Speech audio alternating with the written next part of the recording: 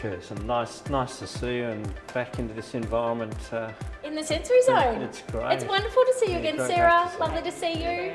If you could share this story about how this came to be, what was the first instigator of the sensory zone? Well, it came from the community. So we receive at the Geelong Football Club about 300 letters a week, and usually we know how to manage them, and we have a whole matrix system. But this letter was left of centre. It came from a father, and he spoke at the time that he held his newborn son in his arms, and he dreamt of going to Cats games together. His son received an autism diagnosis, and going to a major event wasn't something that was able to be possible at that time for that family.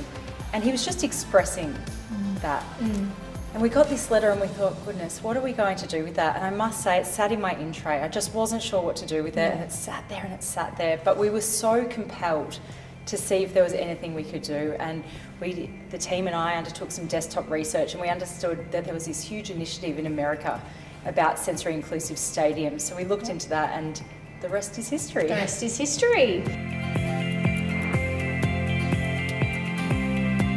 Sarah, I know you've got one of your favourite examples. Take it away. I love this one as well. I was hoping you would. Yes, of course. I call them my frequent flyers. So we've got a number of families that have been utilising the space. We had over 300 families utilise the sensory zone in the first year of operation, but we do have some frequent flyers, and we see them every match day and major event at the stadium. And this family, I can say, they would bring 2 cars to the football, and at about quarter time they'd need to leave.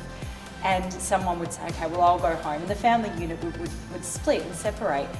But I'm so pleased to say that in 2019 that the family unit was able to stay together because they were able to come down to the sensory zone as required, do what they needed to do, and then head back up into the seating bay. And I actually saw this family recently, and I must say my very favourite little friend has grown taller than me.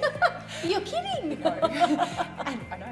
And he gave me a big hug, and that just means the world to me, because just to help one family would be incredible. But we know that we've helped more than one family, and 64% of people that came and utilised the sensory zone had never been to a major event at our stadium, and 100% felt safe, welcomed and included.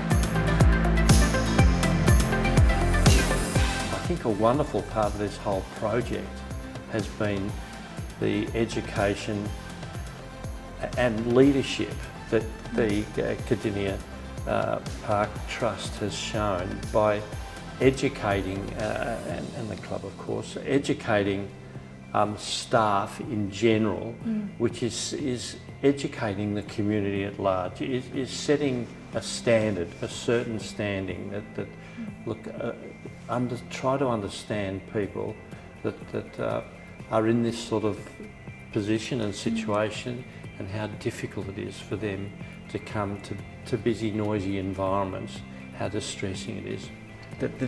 This has seeded and created a culture of thinking, but that's the most exciting thing from my point of view, that can hopefully move further across the community as this zone and the concept gets better known over time. No, absolutely, and the community buy-in's been amazing, hasn't it, Sarah? And certainly we are seeing a ripple effect. We've seen a lot of other sensory rooms and other sensory initiatives come rolling out across Geelong, aren't we, and the wider region.